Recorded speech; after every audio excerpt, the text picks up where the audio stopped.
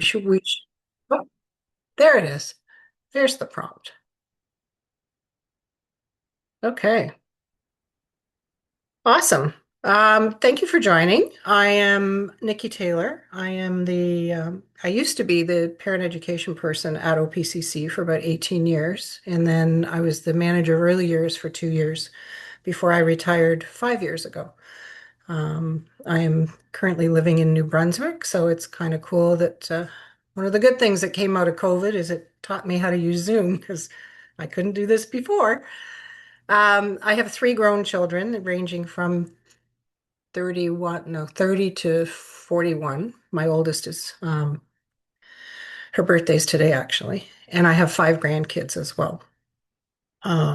Grandchildren are the reward for all of the investment and time you spend in parenting. Just so you know, that's the light at the end of the tunnel. Um, so I'm happy to be here. I'm thrilled to be able to do parenting seminars online. It's not my favorite way to do it, of course, but um, having the opportunity to be able to do it is great. So, um, does anybody have any specific questions that they are sort of looking for information about before I get started? I'll try and make sure I do the best I can.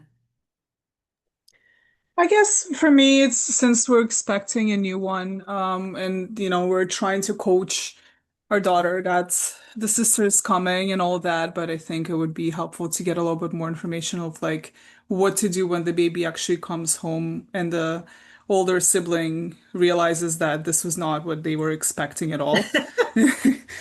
You're way ahead of the game because you know that. How old is your firstborn?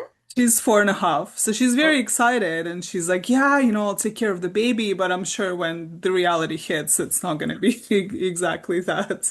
right. Yeah, because they have no idea. It's Yeah, like when kids want to go to gymnastics or hockey and sports and stuff, and it's like so you spend all the time and money getting them there, and it's not what they expected, and they don't want to do it anymore.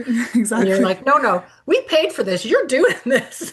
So different differences that you can't send a baby back, and you can't. Yeah.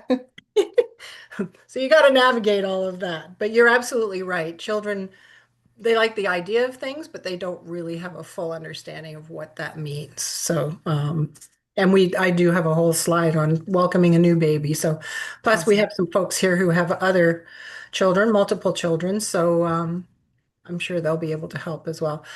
Because it's a small group, I'm happy to make this as interactive as possible.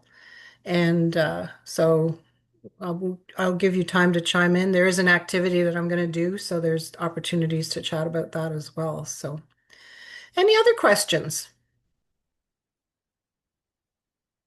Blair, just so you know, this is you're new. Welcome. This is being recorded, just so you know. Oh, hi, a face. Nice to see a face. Hi, just wanted to say hello. Happy to just be listening in today. How many children do you have? Two children. We have a 6-year-old daughter and a 2-year-old son. Okay, great. Any other questions that you're hoping to get answers for specifically, or just looking for general Just tip? curious, interested, now that we have a 2-year-old becoming very much a 2-year-old, I would say we're starting to see the sibling conflicts come up. They're very sweet together most of the time, but I would love to just hear general strategies about when sharing, taking turns, building a loving relationship overall, that sort of thing. Okay, great. Anybody else? Nikki, there's a question in the chat. Oh, all right. Let me see if I can. Oh, there we go. How to keep a positive relationship to children who like to compete. Ah, okay. Um, competition is a thing when you've got siblings, that's for sure. Okay, thanks. Oh, microphone's not. Oh, no worries, Kay. Um, I will keep the chat open so that I can kind of monitor that as well. Jolene, give me a heads up if I miss something that I should see. It's hard to look at the PowerPoint and manage all the other things. I'm not that good at multitasking these days. Okay, so I'm going to try and share my screen. There it is. Okay. Okay. Can we see that? Everything okay? So this is kind of what I'm hoping we can talk about. So we're sort of doing the introduction now. I have a question for you, a little bit of a reflective question. What were you thinking? And we can talk about that a little bit. We're going to talk a little bit about what children need because it plays into this a lot. Then we're going to talk about how to welcome a new baby, just some ideas and things that might help and some things to think about. Some bumps in the road. So what happens when we get conflict and all the other things that come with more than one child, and then sort of some strategies about how do we calm things down and try to bring kids together and create that family that you no doubt all were thinking you would have when you had the decision to have multiple children. So, siblings are our partners and our rivals, our first friends and our first enemies. Um, it's complicated, as you well know. There are a ton of benefits for having multiple children, for you and for the children. Um, but there are also, particularly from the child's perspective, sometimes some drawbacks, some things that aren't so great. Siblings teach each other and us as parents a lot of first lessons. So we're usually the competition thing. Somebody said that, that's a thing in their house. So siblings are often the first relationship that we have to deal with competition with, jealousy, love. So there's a lot of things that are first experiences that we have with our siblings. A lot of the social things that we learn first and practice with our siblings. So there's a lot of, like I said, complicated things that come with a sibling relationship. It's kind of a love-hate at times. There's a lot of things that go on. Um, there are lots of benefits that we can probably think of together that, they siblings, hopefully, if it's in the stars, um, will have a relationship for life. So that it's somebody that they can confide in, that they share a similar upbringing with, and all those kinds of things. So siblings who are very close have companionship and all those kinds of things. So there's lots of benefits as well. So I have a, uh-oh. What were you thinking? Whoops. See, I told you I was not very good at this. Um, So I can ask that in two ways. One is oh my gosh, what were you thinking to have two children or three or four? And the other one is, what were you thinking when you made the decision to have multiple children? So were you picturing this and this and this? Probably. What we often don't think about, and maybe we do it from time to time, but this is sort of, these pictures depict kind of the reason that we think one of the reasons we want children is this companionship, this love and closeness. The reality is from time to time that you get this and this and this. Um, so we have to we have to keep track and check on what were our expectations and what were our thoughts and what are our thoughts. We have children, many children for many reasons. So sometimes it's a sense of duty or it's a social pressure. I have to have children and I have to have, more than one. Or maybe it's, you just got so much love in your family that you want multiple children. Companionship for each other. It's a legacy thing for some people. Um, Sometimes it's how we grew up, and there's just, like I said, this expectation that we're gonna have lots of kids, or we want just one kid, or five kids. Grandparents can be very pushy when they're not grandparents. I want a grandbaby. When are you gonna have as soon as the marriage is over, often there's pressure from somebody, whether it's coworkers or family, about okay, when are the kids going to start? So there's all sorts of reasons that we have to to decide to have more than one child or any children. Um, the one thing we have to remember is we cannot force relationships. Um, you can't force people to love each other, and your children are unique individual personalities, as you well know. So we have to be cognizant of the fact that we cannot take two individuals and force them to love each other and force them to be together because that's sort of this is what we have in our mind that this is what it's going to be like. The more we force, we can elicit this thing called counter wills, which is an instinct we all have, even as adults.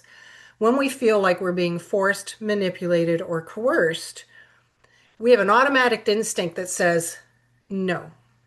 Even if we know it's the right thing or it's something that we kind of want to do, as soon as we feel like somebody else is pushing us and telling us that we have to do it, we have an automatic response that says, no, I'm not going to do it. And we get a lot of oppositional behavior and things like that when we try to force our children. So we want to be careful and think about when we're interacting with our children, are we trying to force something in them? Are we trying to force them together? Because chances are it will backfire and it'll create a lot more problems. Um, and there's a wide range of sibling relationships. We have siblings who are absolutely inseparable and best friends for life, and then we have the other end of the spectrum where siblings have absolutely no relationship at all. And by the time they're adults, that's a decision that they're going to make on their own. That's not a decision that you can make. We do our best to facilitate and foster the things in our home that would help them to become good friends and good siblings, but it really isn't something you can force. So let's chat a little bit about what children need. This is by no means an exhaustive list. The list of children's needs is almost endless. But these are sort of some of the things that really kind of play into the sibling idea of what children need when we start to think about siblings. So the first one is a sense of belonging. When we have multiple children, sometimes there's a difficulty for kids to feel like they belong in the family or they belong to each other. And we kind of want children to belong to each other as well as to the family.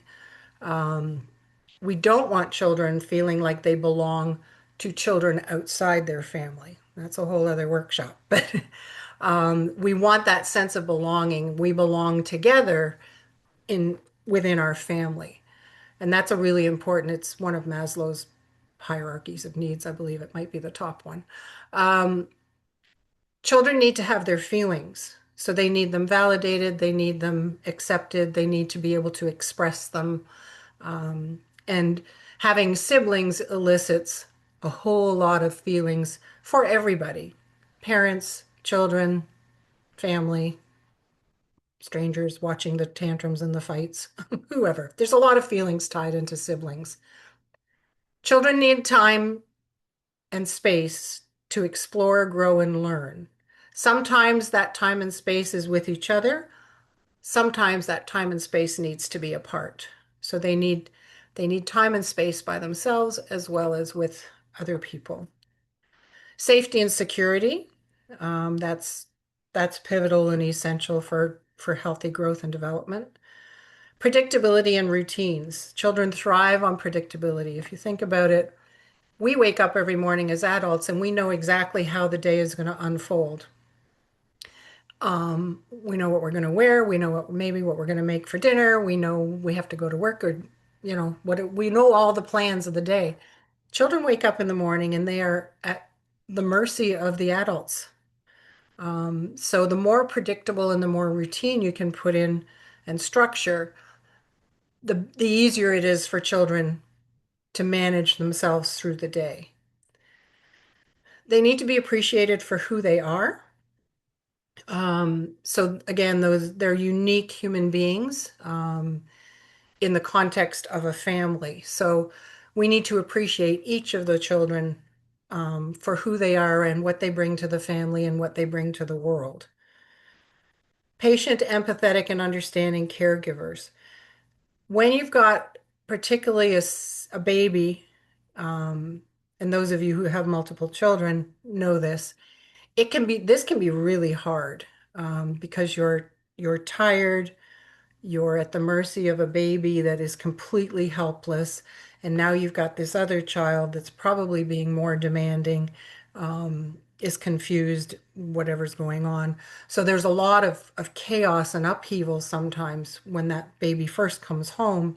So it's hard to find that patience and that empathy and that understanding, but it's important because, again, this is a time for children that can be very, very disruptive, chaotic. They don't know what's going on. So it can be challenging for them to have those feelings and contain them. So we need to be patient and empathetic with them. Consistent boundaries and consequences. If your child's old enough, some of these can be discussed with your child and you can come to some consensus. Often children are harder on themselves. So when you ask them, here's the infraction, what do you think should be the consequence? Sometimes kids can come up with some things that are almost worse than what we came up with. But the difference is that children who can come up with consequences for the infractions generally come up with a consequence that makes sense for them at their age. So 4-year-olds come up with 4-year-old consequences. 10-year-olds come up with 10-year-old consequences. So they can make more sense and they feel better when you can sort of come to an agreement about some of the things that you're going to set boundaries for in the house. And if consequences are consistent, they help children manage their behavior. They help children develop self-regulation because it's eventually, if it's consistent, it's like I know Barbara Coloroso, who's a parenting guru from many years ago. She had a very simple rule in her house that said, when you hit, you sit. Simple, consistent. Over time, every time a child hit, they sat. Eventually that sinks in and it's like it helps them to regulate, okay, if I hit, I'm going to sit. So those kinds of things can be helpful. Attention, not just lots of it, but unending. So children can never get enough of their parents' attention. Excuse me. Um, and so we get concerned when children want our attention all the time, but it is human nature to want your parents' attention all of the time. So one of the challenges, of course, with siblings is we now have to split our attention. So somebody mentioned sharing and things like that. First thing you have to start sharing is attention, and that can be one of the hardest things for children to learn to share. Um, Children like age-appropriate, meaningful work and responsibility. So when we give children jobs that are just fillers, just to, non-consequential, children are less inclined to feel good about it. If the chores or the jobs are meaningful and they contribute and they develop a sense of responsibility in children, um, those can be very good and very motivating for children. So we want to think about that because there will come times where you're asking maybe your oldest to do something, and we want to think about, is this meaningful? Does this matter to the child, or is this just something that I'm trying to do to either make them feel better or whatever? They need to be taught skills and they need to be loved unconditionally. Does anybody have any comments, anything they'd like to add to that list? Anything stand out for you? I have a question Yeah. about attention never. It's never Yep. enough. At an age, it becomes less, not less attention, but I don't know, somehow declines. The need declines. Yeah, this is definitely more so in the early years. But what we don't want to make the mistake of assuming that children, as they get older, and particularly into the teen years, um, don't still need our attention because they're not as demanding for it. So young children are very demanding. They let you know. Um, but older children, we want to be cognizant, especially of those children that kind of stand back and just let things happen and don't complain, and they're the easy children. Um, it's easy when we have multiple children to sort of bypass those children. Um, and we want to make sure that we're very cognizant that the attention we're giving isn't just attention only when it's demanded. Because what happens Mhm. is the demanding child will learn very quickly that if I'm demanding, I get this attention. And for children, negative attention is better than none. Um, but we also want to make sure that that more quiet child who's less demanding is still getting your attention because they still need it. Um, Mhm. does that make sense? Yep, yep, thanks. Okay. Anybody else? Nope. Okay. Um, so here's a few things that we can think about when we're trying to, oops, wrong script. When we're about to welcome a new baby. So we have one person here who's due, I believe, in July. So these are just some ideas that might help. Those of you who have multiple children, please feel free to jump in and make some suggestions as well of things that have worked for you. So we want to involve children in the experience. We want to do it in a way that is age appropriate. So taking them to appointments, helping them set up rooms, those kinds of things. But we want the children to lead it. So if children are not interested or they, then we need to respect that and let that go and maybe involve them in a different way. But we want them to feel like they're part of it, that this isn't happening to them, but it's happening with them. Allow them to participate as much as they choose. Again, we don't want to force it. When we force it, we elicit counter will. Counter will is a resistance. Sometimes we read that incorrectly, um, and we see it as defiance and those kinds of things. So as things progress, children they'll give you clues and cues about how they would like to participate in this experience. Um, Along with that is timing. For a young child without a sense of time, and children until they're, I believe it's about 8, don't have a great sense of time, but particularly sort of the under 5, under 6 crowd, they don't have a sense of time. They're developing it, but 9 months is an eternity. So if we start prepping our children the day we find out we're pregnant, this can become quite overwhelming because it's taking so long. And it's like, why isn't this baby coming? What's going on? Where is this baby? So they lose interest or they get frustrated with the amount of time and energy that's spent on the prep. So regulate and monitor how much everybody is, going on about this new baby, with your young ones, because like I said, 9 months is forever. Introduce your child to other babies before the arrival. If you have friends with other babies, go out to the mall and watch parents with babies. Start to introduce your child. Go to the park. Nice weather's coming. Start introducing your child to the idea of babies and getting to see babies and, if possible, touch babies so that it becomes a very experiential thing and it's not just an idea. They can see what this is all about. Um, Welcome all feelings. There will be many, particularly after the baby comes. When they when the baby arrives, children are often very excited about a new baby, but they have no concept of what a new baby means.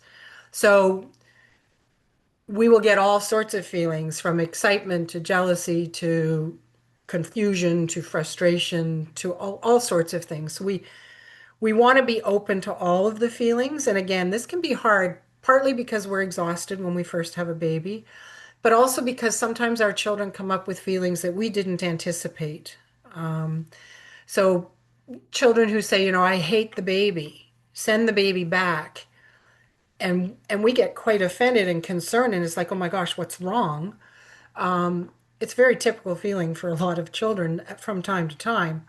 So we want to watch again what were you thinking? What are your expectations around this so that we don't overreact or underreact to the feelings that our other children are expressing. Give appropriate sense of control. So children often feel like things are very much out of control. Routines are disrupted. Parents are different. There's people in and out of the house. Everybody's focus is on on the new baby, not on the other one. 2-year-olds are 2-year-olds, for example. When the baby comes, that 2-year-old doesn't become a different child that day that the baby comes. They're still 2-year-olds. Um, so we want to be careful about expectations, and that's another one down the road. Um, but we want to give kids a sense of control so that, what are the choices they have? Maybe they can choose what they're going to wear. Maybe they can choose the outfit for the baby, those kinds of things. So anything that you can involve them in with the baby that they're open to. Again, if they're resistant, don't force it. But would you like to choose the outfit for the baby today? Those kinds of things. What are you going to wear today? What would you like for, your snack? Those kinds of things so that they get some sense of control because none of us, even children, like to feel like our world is out of control. If you're changing sleeping arrangements, do it well in advance. Often toddlers will have to give up a crib for the baby. They may change bedrooms. Cribs and sleeping spaces are sacred to children. They give them safety and security. So when we say to a toddler, you have to give up your crib now because the baby needs your crib, your toddler's like, hang on. That's my space. It's where I feel safe. It's where I have always slept. Um, so we want to do that well in advance. And I would suggest that you probably don't want to say things like you're giving it up for the baby. Because again, we're setting up that jealousy and that stuff ahead of time almost.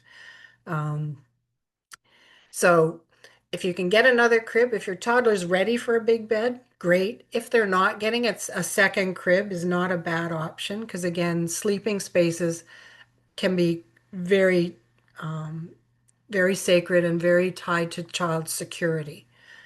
So sometimes giving up a crib or a bedroom at the time where there's about to be a bunch of upheaval is not necessarily the best idea from your child's perspective. We want to read stories, draw pictures, have dolls. We want to be able to give the child ideas about things before they're actually in the moment. And this goes for a lot of things other than siblings. So we want to be able for children to think about things and to express things and to draw things and to practice with dolls or whatever, real babies if you have access to one, so that they can experience this without all of the emotion. Because when the emotion kicks in, the thinking brain turns off. So it's hard to process the information when you're in the moment of emotion. So all of this practice can help children. It can become a bit of a default and they can know it's kind of what to expect. They'll never know fully what to expect. Really, neither do we when we have a baby because we don't know what kind of baby we're going to have. Um, a backup person so if you've got a grandparent, an aunt, an uncle, a friend, whoever, um, who can give the child undivided attention, accept any and all help. Um, Accepting help is not a weakness, particularly when there's a new baby in the house. In fact, we're the only culture really that sort of isolates new moms and says, you need to do this all by yourself. So the child may or may not be accepting of somebody else's undivided attention, but when push comes to shove, if they can't get yours, they may default and just allow somebody else that they care about and that they love to fill that gap that we often can't fill, especially in those first few weeks of a new baby. Expect a lot of jumps in or bumps in the adjustment period. So that goes back to that. What are your expectations?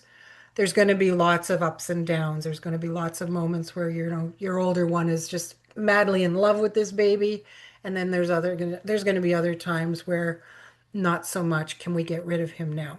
This isn't fun anymore. Let them be the baby. It's one of the most connected periods of life. So infancy is one of the most connected periods of life. And often when we have children, older children watching you, and they watch you all the time, and you're holding that baby and you're talking to that baby and you're snuggling that baby, and it brings out a lot of emotions that children have from when they were infants. This is actually true for even older children. So when we pick them up and we hold them and we snuggle them and we tickle them like we did babies. So when we literally treat them like a baby, rock them, sing to them, even if they're 4 or 5, it calms the nervous system and it brings back those warm feelings, and it helps children to empathize with the baby, as well as getting their own needs met. If your child is older and doesn't want that, talk about when they were babies. So tell stories about when they were babies. So that connection to their own childhood, their own infancy, can be very, very satisfying and very sort of stress reducing for the older child. Try to keep routines and structures in place. We'll talk about that a little bit more in a minute. Take your child's cues on how to proceed. So again, if the child is gung-ho and really interested and wants to do all sorts of things, then do that. If your child is a little more hesitant, a little more reluctant, slow down. Take your child's cues on how this should go. Manage expectations. You've got a lifetime together. Take your time. This does not have to be a rush. Managing your own expectations as well as your child's expectations. So have some honest conversations about, you know, there might be times where you feel jealous of the baby. There might be times where you don't like the baby, and that's okay. So we need to, by talking about them, we allow children to feel like all feelings are okay. That doesn't say all behavior is okay, right? So we're just talking about the feelings. But again, it sets children up and prepares children for things that might come up that take them by surprise. Maybe your 4-year-old's never had a feeling of jealousy. So putting words to the feelings helps them to articulate those feelings when they come up. But it also allows children to prepare a little bit and to wonder and to ask questions about feelings and those kinds of things. So all feelings are okay, all behavior is not. And that's where your boundaries and expectations around behavior come into play. Take care of yourself and your marriage first. Often when we have children, our partner relationship and our marriage goes by the wayside, and it is the foundation of everything. So putting you and your spouse first is actually how it should be, because what we want is our children looking up to us and looking to the adults in their life to figure out how this growing up thing works, right? So what am I aspiring to? So you're modeling so many things with your relationship with your partner.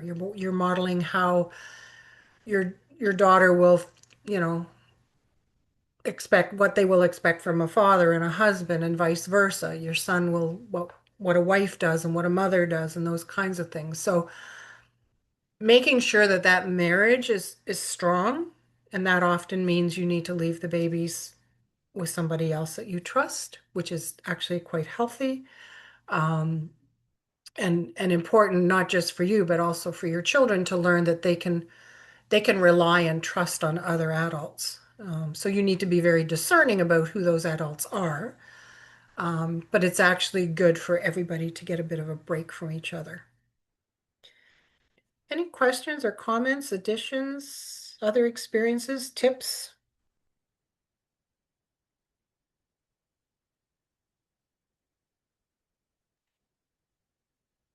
We're good? Okay.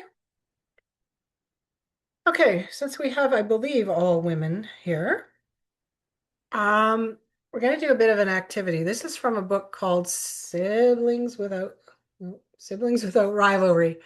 Um, if you've got time, it's a quick read. If you've got time, it's an older book, but it's an excellent book on sort of siblings.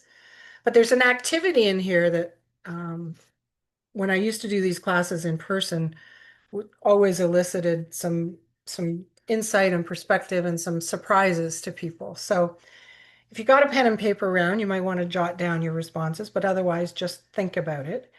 And this is actually an activity in perspective taking.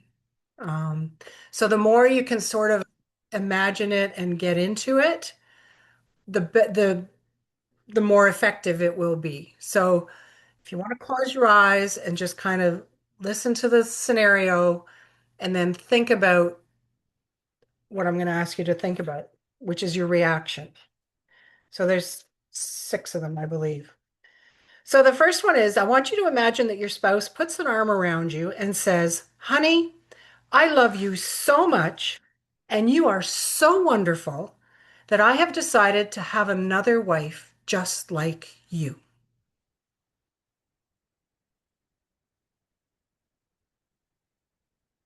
Anybody want to share what that feels like?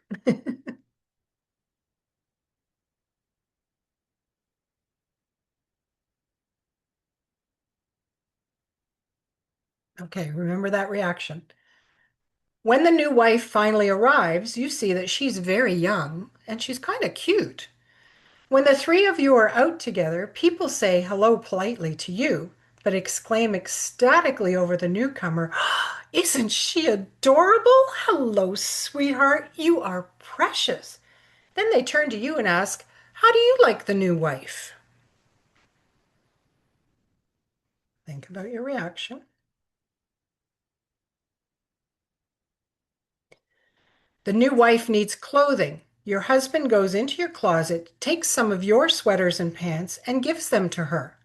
When you protest, he points out that since you've put on a little weight, your clothes are too tight on you, and they'll fit her perfectly.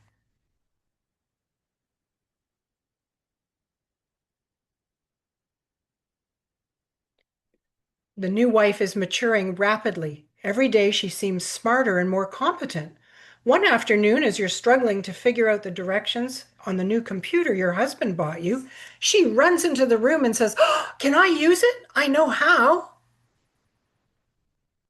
Your reaction? When you tell her she can't use it, she runs crying to your husband. Moments later, she returns with him. Her face is tear-stained, and he has his arm around her. He says to you, "What would be the harm in letting her have a turn? Why can't you share?" And your reaction. One more. One day you find your husband and the new wife lying on the bed together. He's tickling her, and she's laughing. Suddenly the phone rings and he answers it. Afterwards, he tells you something important has come up and he has to leave immediately. He asks you to stay home with the new wife and make sure she's all right.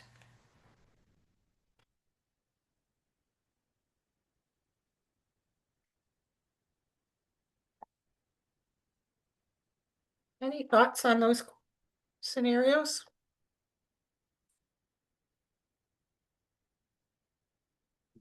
Did it elicit any feelings?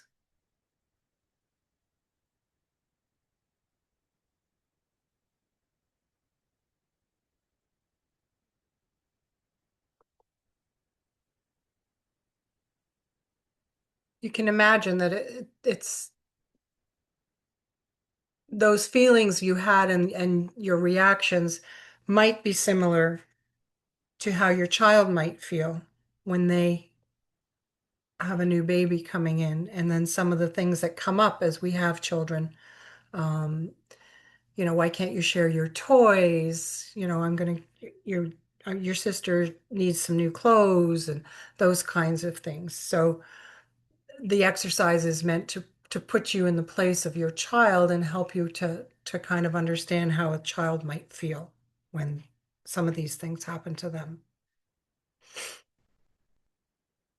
So let's talk a little bit about bumps in the road. So things that come up that are challenging and problematic, like not sharing, um, jealousy, competition, all those kinds of things. Just getting along. Um, so I use the acronym DATE because it tends to be a quick way to remember when you're in the throes of things. Um, so when things are coming up, we want to think about the why before we think about the what. So why is this happening? Why is my child not sharing?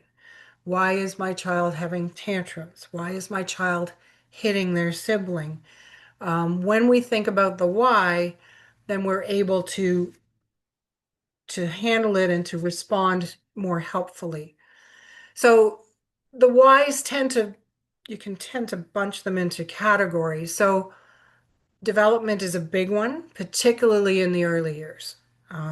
So developmental differences between 0 and 6 are massive.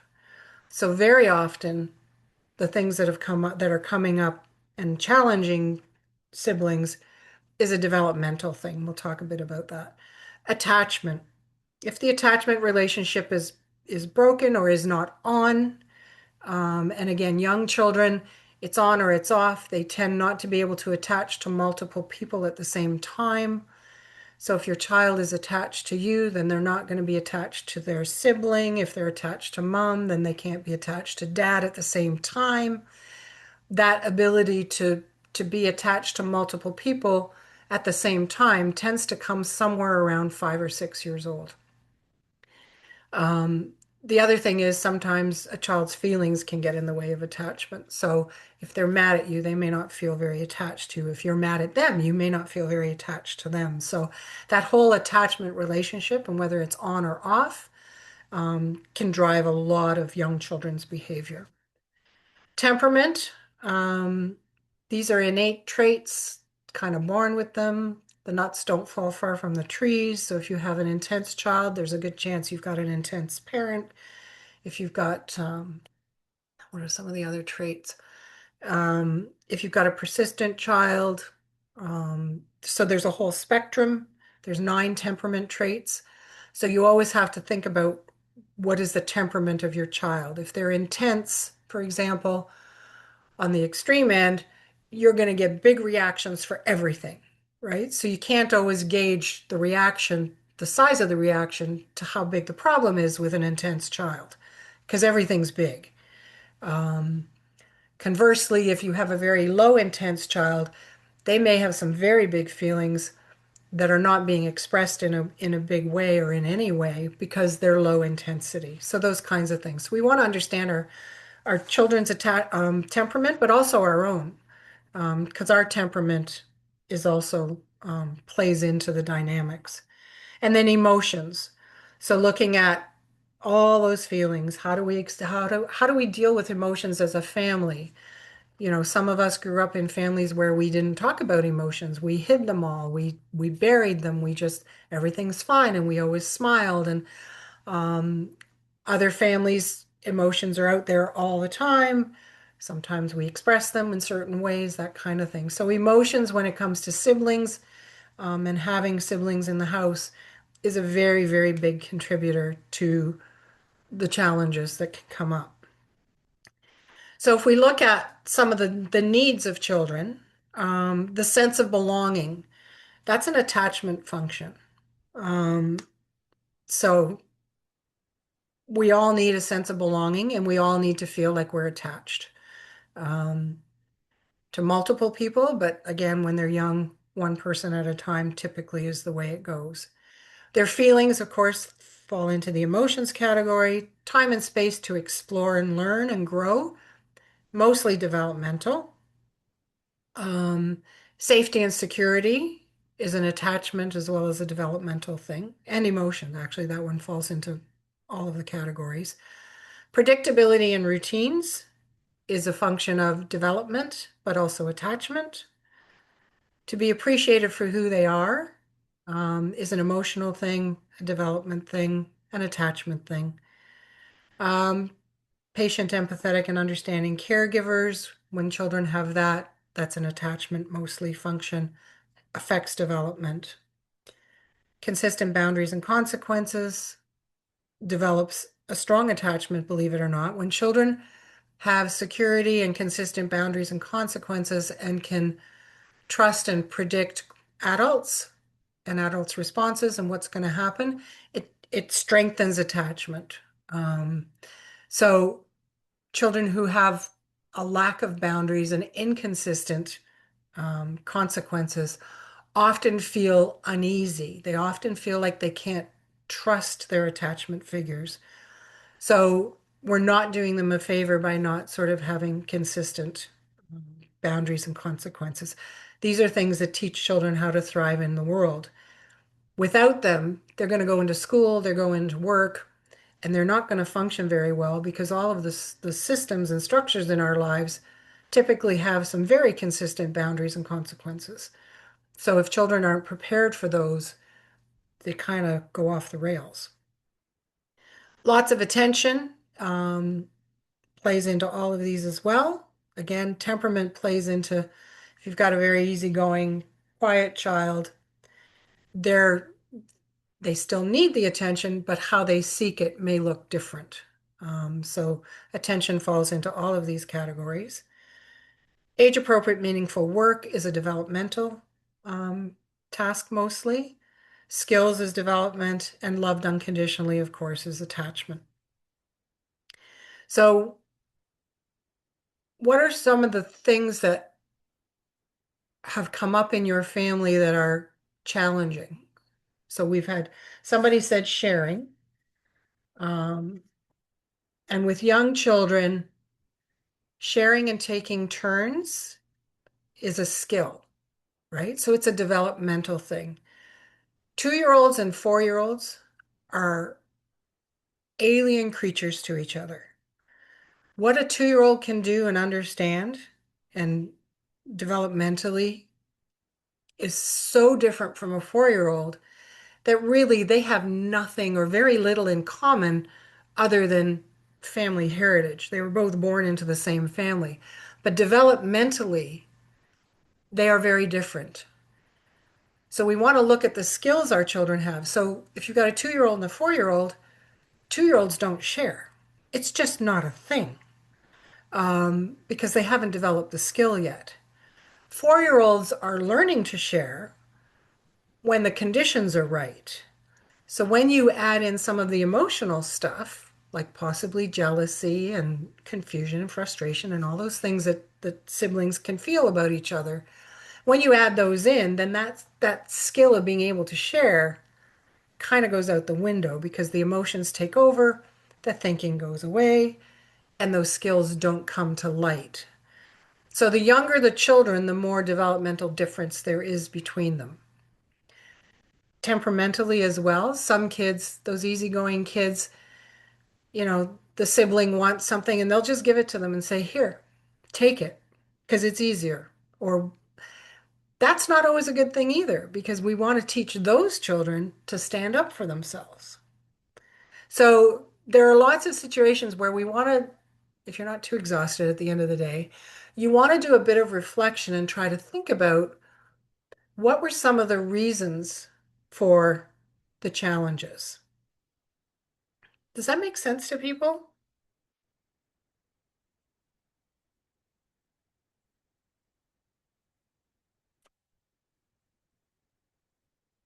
Okay.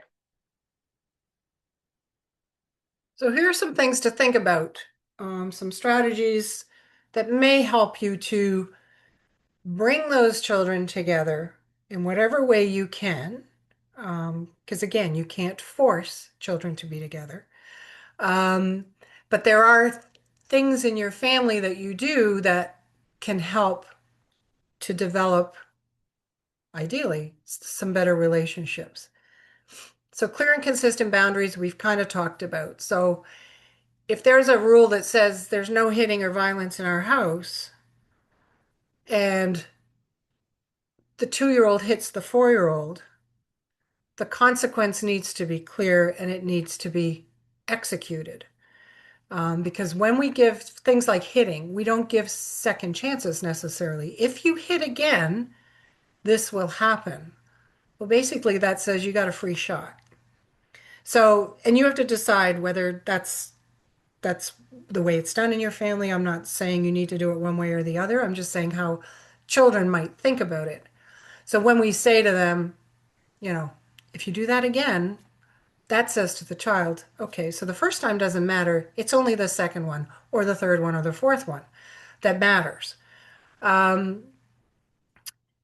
while the boundaries of the consequences need to be consistent, they also need to be age appropriate. So they may look different for a younger child than they do for an older child because an older child may have more awareness.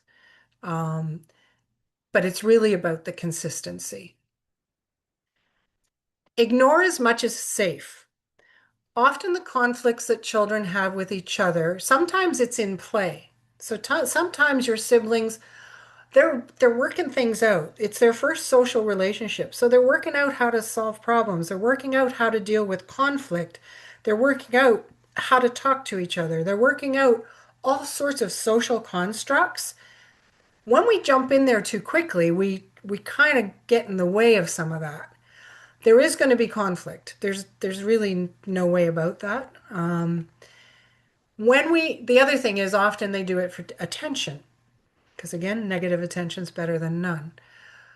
What I have seen in my own kids, as well as I worked in daycare for 20 years, so I used to see this as well in daycare. Often the younger child, because often we side with the younger child because they're younger, but younger children are not stupid. So they figure out very quickly how to play the game. And I have literally seen younger children blame the older one. For example, I was doing home daycare and I had siblings. I had a 2-year-old and I think a 5-year-old. And they were they were brothers.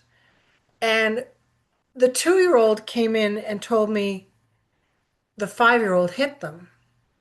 The problem is the 5-year-old was with me. So I knew the 5-year-old didn't hit them because the 5-year-old was with me. So we want to be very, very careful how we react and that we are ignoring as much as is safe. So again, we look at the boundaries. At what point, when children are interacting, and boys are very physical in their reactions and in their interactions, so you can expect more physicality with boys, and a certain amount of that is actually good for them. But where is your boundary? When somebody says no, it's over, is it, drawing blood?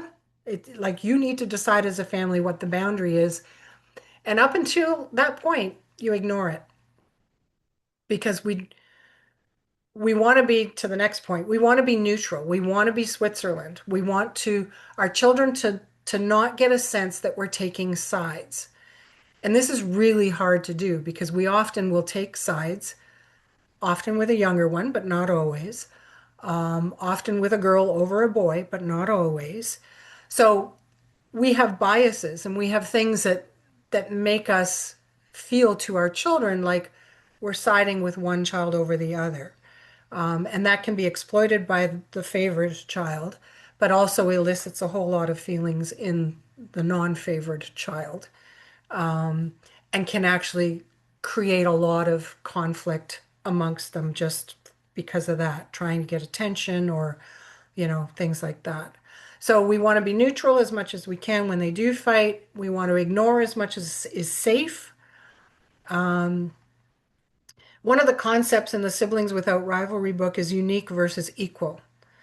So we want to recognize and appreciate and respect each child for what they need. Equality often backfires because equality is not fair. because it doesn't recognize each child as an individual. So if you want to try a little experiment, if you've got kids that are old enough, take a piece of cake or cookie or something and weigh it, measure it, cut it exactly the same, and watch what happens. Your children will still fight over it because equal is not what they need. So we want to make sure that we're treating each child uniquely based on what they need, not what's equal, because equal does not feel fair usually to the kids. If I'm if I'm hungry and my sister is not, then making me eat or making her eat as much as me, that kind of thing, it doesn't it doesn't work. Um, so when children are based treated with what they need, they start to trust that their needs are going to be met and that their needs are not being dismissed because we want to make things equal. And equal is not the same as fair. Always validate and acknowledge feelings first. And if somebody is hurt, go to the hurt child first. Um, but for a number of reasons. One is we don't want to give the child who's done the hurting the first crack at attention or reaction. We want to model empathy. So, your 6-year-old hits your 4-year-old, you go to that 4-year-old and you say, "Oh my goodness, are you okay? That must have really hurt. He hit you hard. Let me make sure you're okay." Um, and then you deal with the two of them, right? So whenever there's conflict, you're dealing with two, not one. So you can problem solve, everybody, we have to validate and acknowledge and calm the feelings first because the thinking brain does not come online until the emotional brain is done. When the emotions are validated and acknowledged, children can then move on to the next phase, which is what happened? How are we going to fix this? What are your ideas? What are your ideas? Can you come up with something together?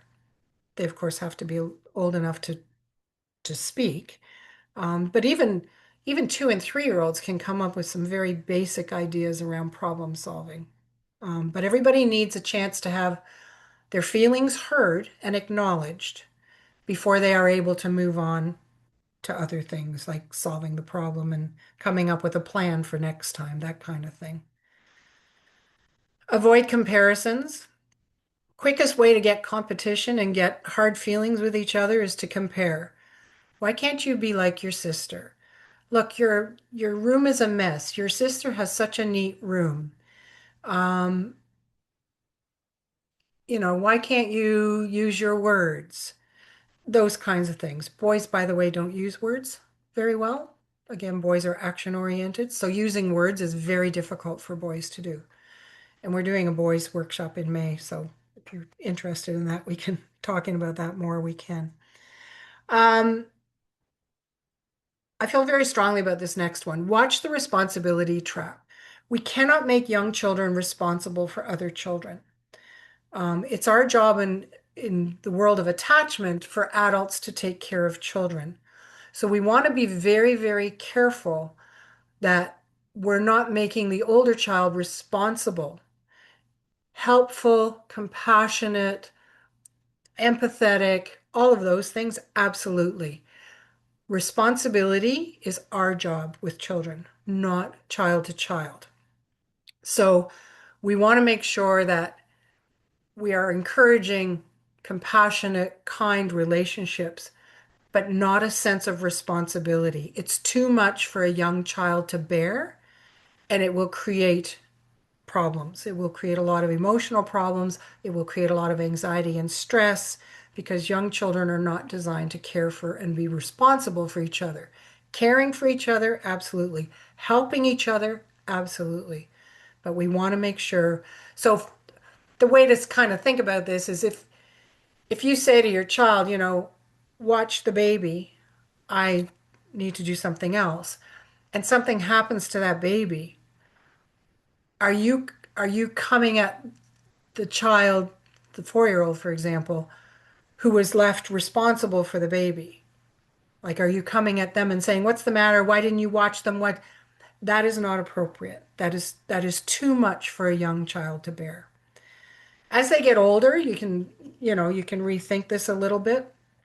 My kids are My son was born and his sisters were 7 and 9 years apart. So he had three mothers. He didn't have sisters. He had three mothers. Um, so once the girls got to be teenagers, then I started to, with their permission and their approval, I never forced them to babysit him. But if I needed a babysitter, I would ask them first and give them the chance, and I would pay them, so that it didn't become sort of a feeling of being taken advantage of, because teenagers need money. I needed a babysitter, and my kids had the temperament to be able to do that. Some children just don't get along, so those are not the children that you want to leave with each other alone, because it's just begging for some trouble. Spending time with each child alone, again, attention, there's never enough of it. Children want to be recognized and acknowledged and have individual time with you and attention. They don't want to always be part of a collective. So we want to be careful and we want to be mindful of making dates and setting specific time to spend with each child alone. And we want that time to not talk about the other kids and to focus ideally on what the child you're with wants to do. And that's not always possible. Maybe it's, if you've got three kids and you're going grocery shopping, maybe it's you pick one and one of them comes grocery shopping with you and, the other two stay home with dad or a sitter or whatever. So sometimes you can integrate it into sort of your regular day. But you want to sort of think about where are the opportunities to be able to spend individual time consistently. It doesn't have to be often necessarily, it doesn't have to be every day or whatever, but it needs to be consistent. So maybe it's a once a week thing where you have a special day or a special time with each of them, and it can be a different day of the week, whatever. Children are full-time jobs. So when you have more than one, now you've got more than one full-time job. So it does take a lot out of you. It's a lot to parent. So again, going back to taking help when it's offered. Teach children to make amends. Um, so when we force children to say, "I'm sorry," it comes off as not authentic often if we force them. Say you're sorry to your sister. Sorry. And then they walk off and they think everything's fine. We want children to really feel the need to make amends. So sometimes they need a bit of time. They need choices. In our family, when we hurt somebody, it happens. When we hurt somebody, we have to fix it. And we teach kids how to fix it. You're going to write them a letter. Are you going to make them a picture? Are you going to give them the toy? Are you going to say you're sorry? There's a lot of different ways to make amends. And we want children to be able to take the time to think about what's happened and to make the decision to make amends of their own choice. And you'll find often if you step back, kids will kind of automatically do that. They have empathy and they want to fix the relationship. So we don't want to get in the way of that. But we want to teach kids how to do that. How are you going to say it rather than us forcing it on them and saying, say you're sorry, and then everything's okay. It's not. You know, give them a hug. Well, if somebody's just beat the crap out of me, I probably don't want a hug. So we need to ask, can I give you a hug to make you feel better? Those kinds of things can be very helpful. And again, teach kids life skills. Accept all help. Parenting is hard. And again, we're one of the only cultures that really has decided it's a good idea to raise children in isolation. We need villages, we need community, we need other people, not just for us, but for our children, for the benefit and health of our children. Children need to grow up in a community, a sense of community where the grown-ups take care of the children so they have that sense of safety, not just at home, but out in the community. Family meetings can be a great habit to get into. And there's lots of different ways you can do family meetings. Again, it's the consistency more than um, the frequency. So do you have them once a month? Do you have them? Try not to have them just when there's a conflict. Um, but when children can be part of planning things in the family or, being able to share their ideas in a family openly and together, it builds tolerance, it builds an understanding of how everybody thinks. So children can start to understand how their siblings think about things. They can have, you can have discussions about things, all that kind of stuff. So, like I say, there's lots of different ways, but family meetings have a great deal of benefit, as do family meals. There's a ton of research on what family meals does, and we've kind of lost that in our busy schedules. So, if you can at least once a day, it could be breakfast, could be dinner. If at least once a day you can get together as a family and have a nice meal and have some conversation and dialogue, those kinds of things, again, those are the habits that bring a family together and don't sort of pick on one child to to be responsible for the relationships and things. Spend time doing things you all like. Maybe you like to hike, maybe you all like to play board games, maybe you um, like to cook together. So there's a lot of things that you can, find interests in. Encourage your children to help choose, plan, and lead family activities. Um, Sometimes we can try new things with our kids because they don't always know what they like. Um, but those sort of kind of adventures and those things that we can do together, again, kind of build that cohesiveness. Have spaces children can go to escape. This can be challenging when children share rooms, but there needs to be a space. It could be a box in your basement. It could be literally, or a tent. It could be a room. But children need, just like we do, children need a place to go when things get to be too much or when they need to decompress or when they need to just breathe. Introverted children will need this much more than extroverted children, but all children need a safe place to go where they can just get away from everybody and everything and just kind of pull themselves together. It might be a reading nook that says, if there's somebody there, walk away. The space is taken. So children, we spend a lot of time kind of trying to bring everybody together, but we also need to respect that everybody also needs some time apart. And that's kind of a healthy thing. Teach children to solve problems. Again, lots of different ways to do this, lots of different frameworks and structures on how to problem solve with kids. The basic one I like is let's identify the problem. Let's hear everybody's take on it. Let's hear everybody's possible solutions, as silly as they may sound. And then let's find a way that we can agree on one of the solutions and try it. And then we come back, we revisit it. Did it solve the problem? If it didn't, we go back to that list of solutions and we try something else. Um, Children need a lot of supervision. And the younger they are, the more this is the case. So you will find there's less conflict and less problems the closer they kind of are to your earshot or your, where you can see them.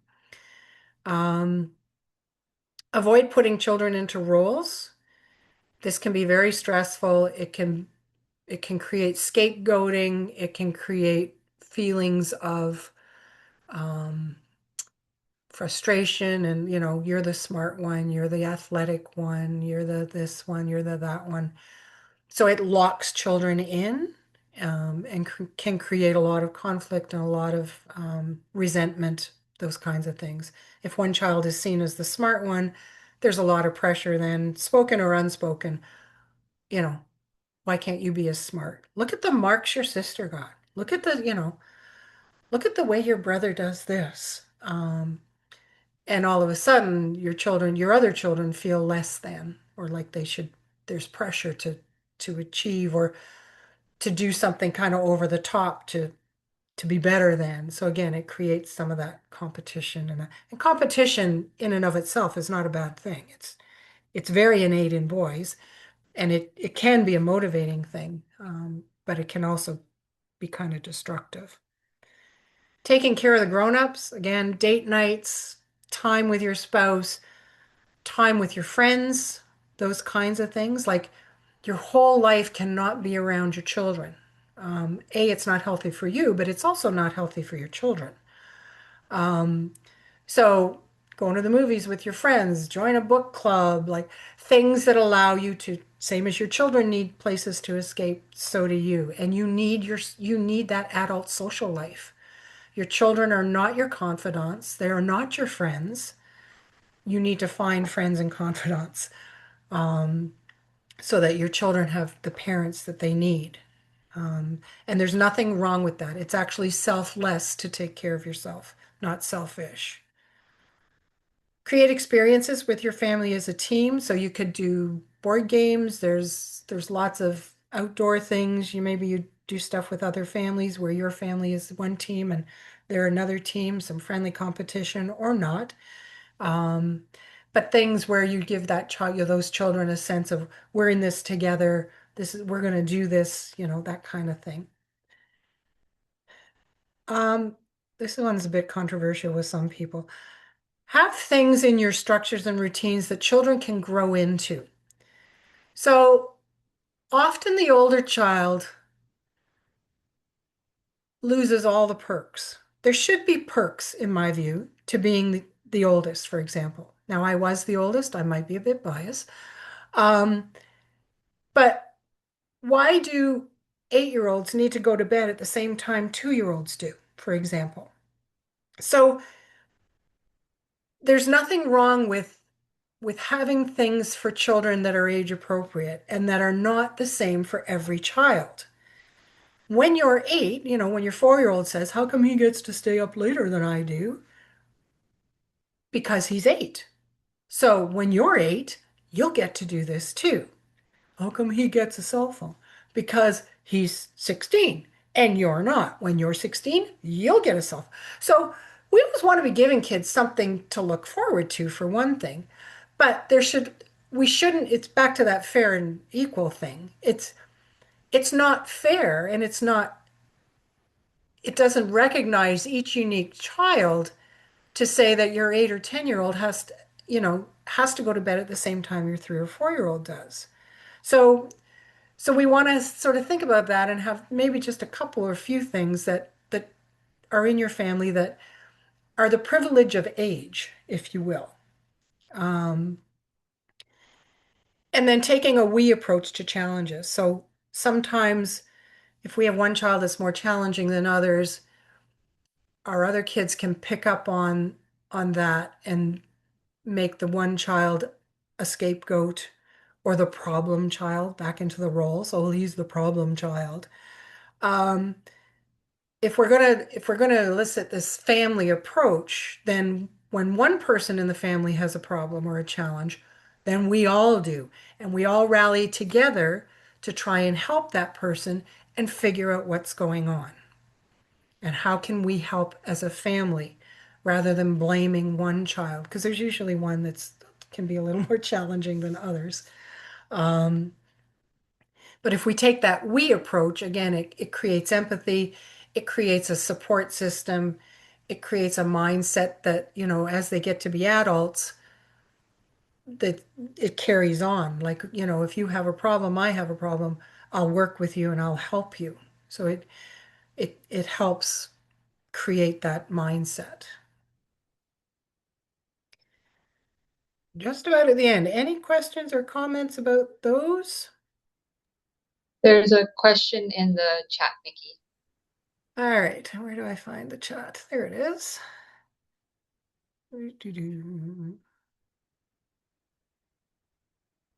Feelings of jealousy and replacement. Um, these are normal feelings. And Oh, sorry, Nikki, those are from when you did that the test about with the having the new oh, wife. The question is, any tips for repairing, reconnecting if reflected and realized handled the situation not as well as you would have liked? That's a question that came up. Okay. We all make mistakes, first of all. It's perfect parents don't exist. And if we did, our kids would hate us because perfect is not, it wouldn't be fun at all. How old is the child?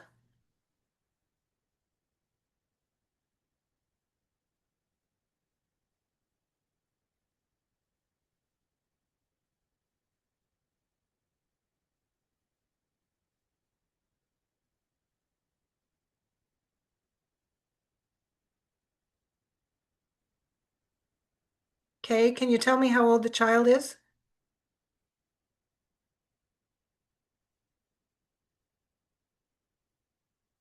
She said 5 and 3. 5 and 3. Okay. Um, so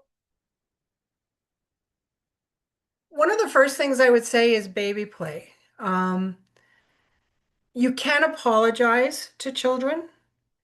Um, I will caution a little bit. We don't want children to feel like we don't know what we're doing, even though we don't. Um, nobody knows completely what we're doing when we're parenting. It's a on-the-job training kind of thing. Um, you can say to children at a certain age, and you know your child, the child's maturity level, your relationship, all of that.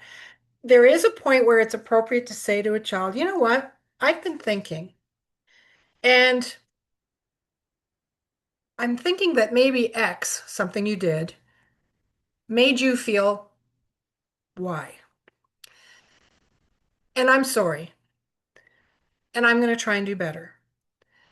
And a 5-year-old can tell you how you could do better.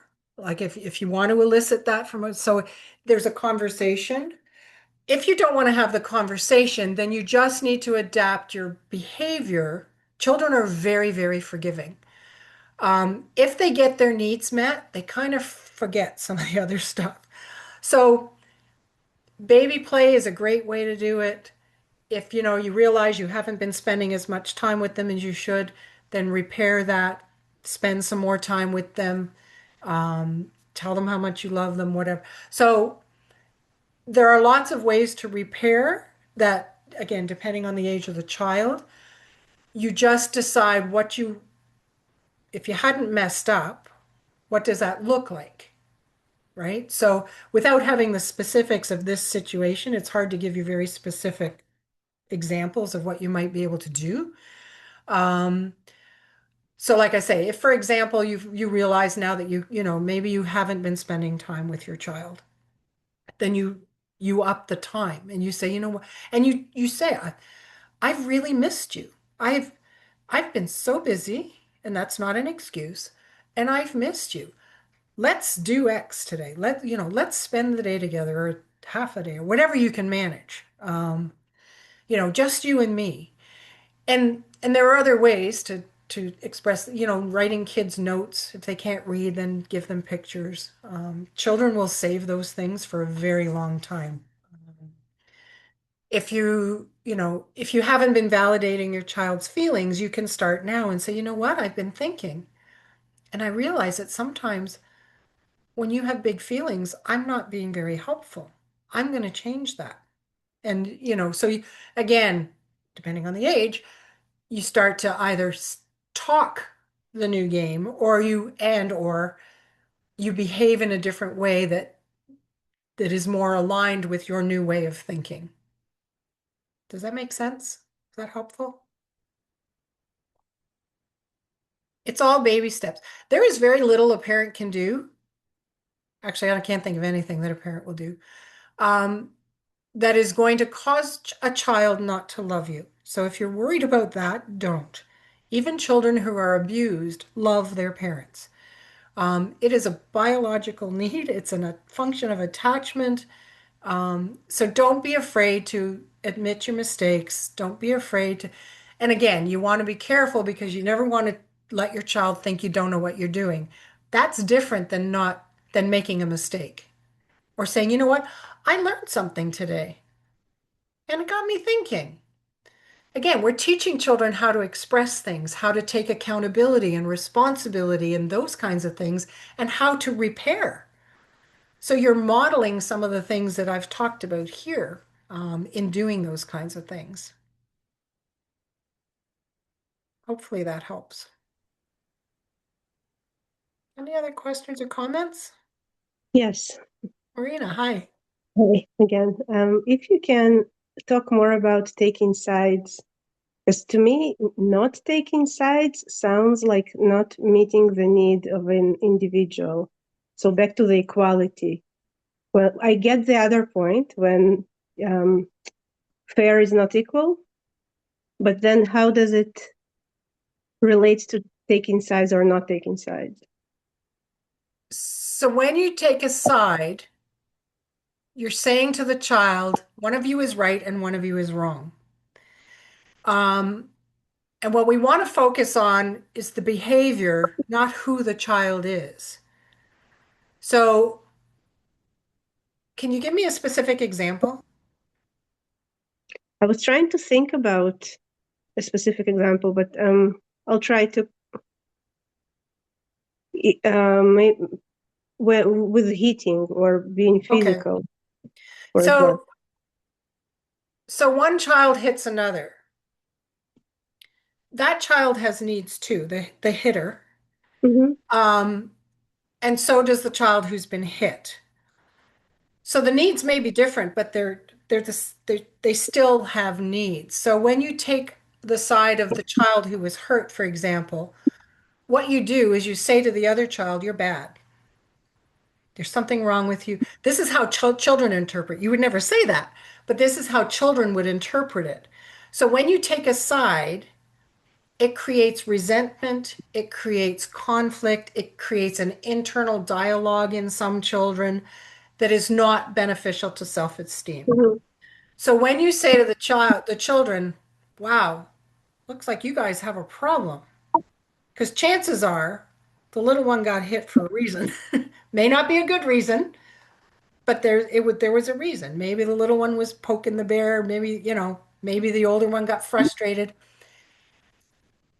So we want to treat both children with the respect that they need and perhaps different consequences or different reactions, but we don't want to blatantly, because the older child will think it's favoritism. Well, you love him more, Hmm. right? So we're trying to avoid that situation where children are kind of coming up with their own scenarios based on how we react. So we would say something like, we would appease and condole, bleh, um, take care of the hurt child first. Always. But that's not taking sides. That's just we go to the hurt person first. You can bring the other child in and say, you know, help, do you want to help, you know, Johnny needs a face cloth. Do you think you could, get him some ice? Something like that.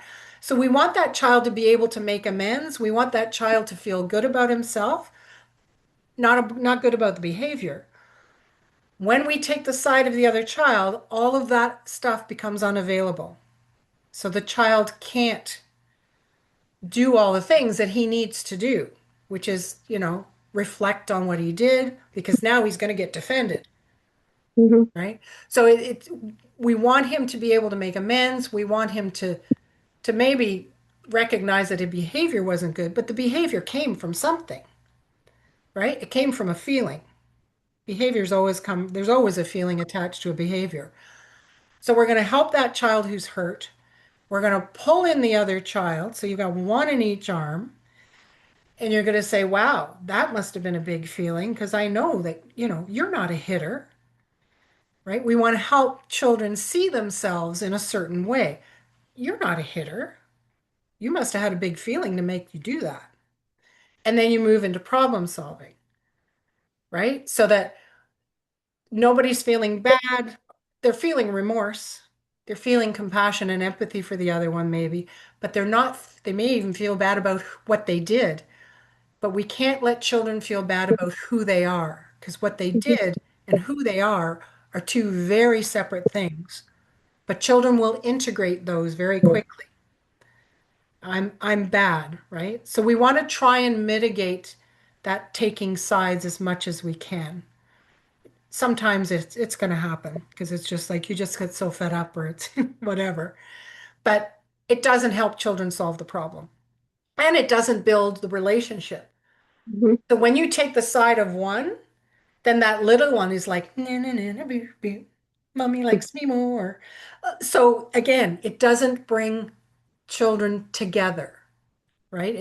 It creates more animosity than it does, um, togetherness and that sense of, we're supposed to love each other and we're brothers or Mhm. sisters. Does that make sense? Yes, it makes a lot of sense. Do we have time for a follow-up question, or I don't Yeah, want to take? sure. Yeah. What you've mentioned about being perceived as favoritism. So, how would kids see things in different ways? And you bring great examples of you're saying this is how a child would perceive that, which to me is like, oh yes, she's right. How did I think about it? So, from that point of view, what parental behaviors would be perceived by kids as favoritism? The first one that comes to mind is actually the equality thing. Because generally, when you've got things that are equal, it meets the needs of one child more than the other. So Hmm. I'll go back to the bedtime example, Yeah. right? If I'm 10 and I have to go to bed at 7 o'clock because my 4-year-old does, then the 10-year-old is saying, you're meeting the 4-year-old's needs and you're making me do it too. You love the 4-year-old more.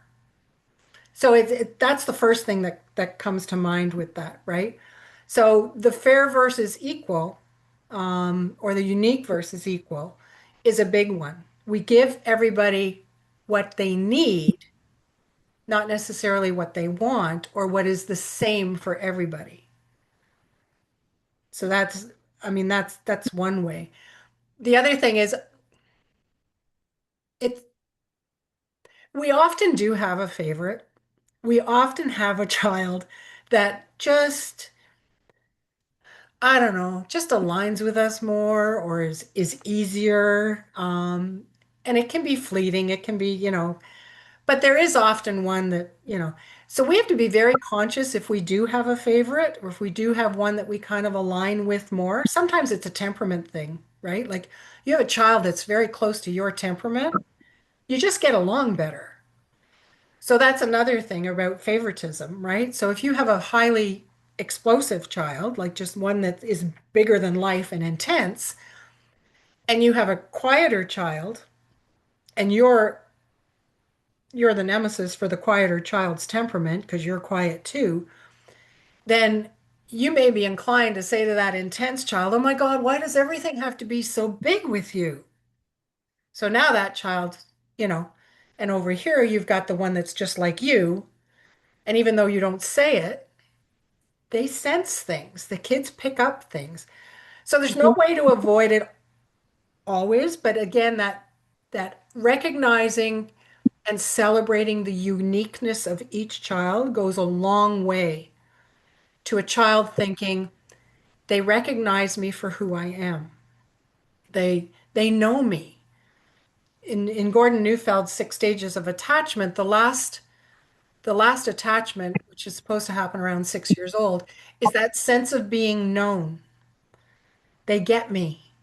I don't have to explain everything. They know who I am. They know what I value. They know, it's just that deep sense of being known. And when that happens, the favoritism thing kind of goes away because you're not creating that sense of favoritism often comes from that conflict, and that vying for your attention.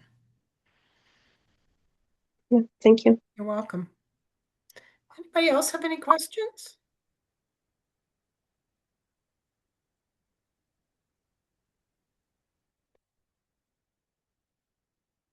Yeah, my computer's locked up. Oh, there it is. So,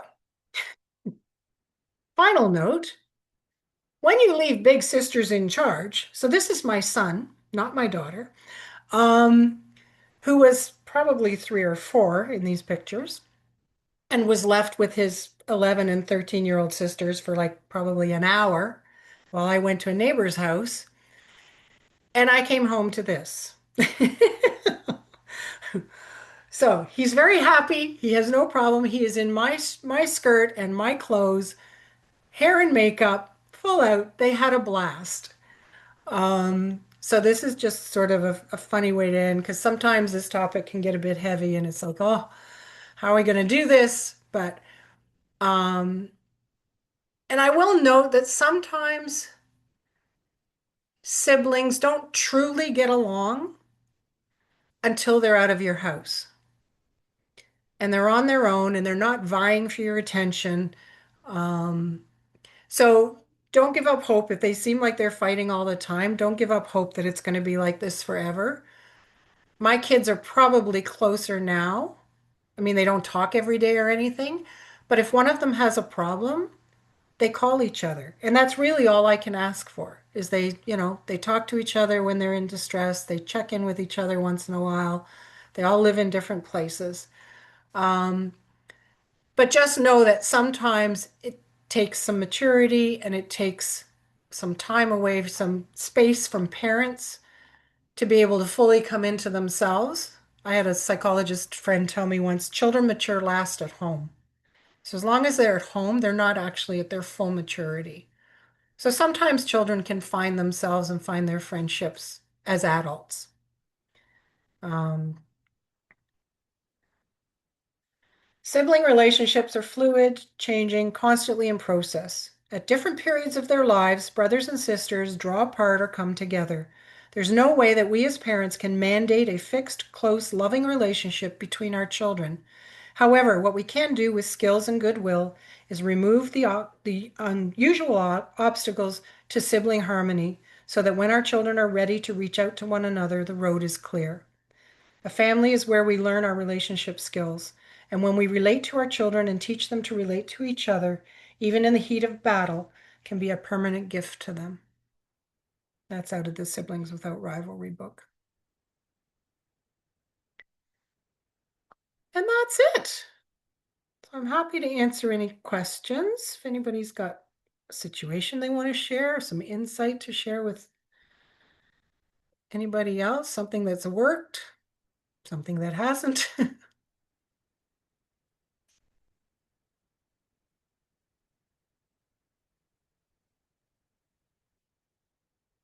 Okie doke.